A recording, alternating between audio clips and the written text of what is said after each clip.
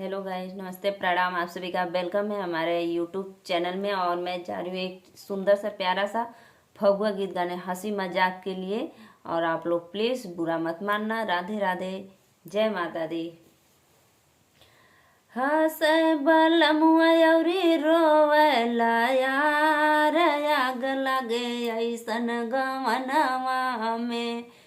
हंसे बलमुआ अउरी रोवेला यार, आग लगे ऐसन गवनवा में। हंसे बलमुआ अउरी रोवेला यार, आग लगे ऐसन गवनवा में।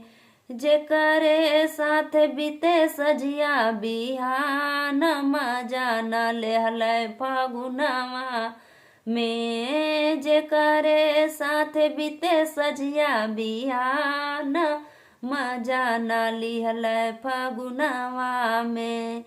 हंसे बलमुआ अउरी रोवेला यार, आग लगे ऐसन गवनवा में। हंसे बलमुआ अउरी रोवेला यार, आग लगे ऐसन गवनवा में।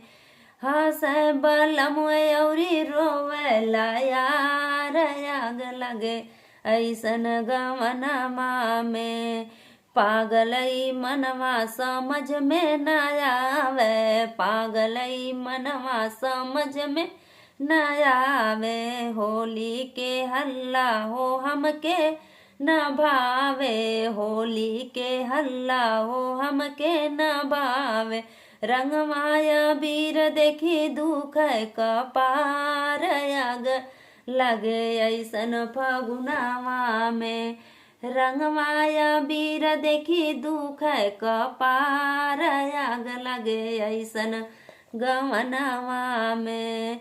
हंसे बलमुआ अउरी रोवेला यार, आग लगे ऐसन गवनवा में। हंसे बलमुआ अउरी रोवेला यार, आग लगे ऐसन गवनवा में।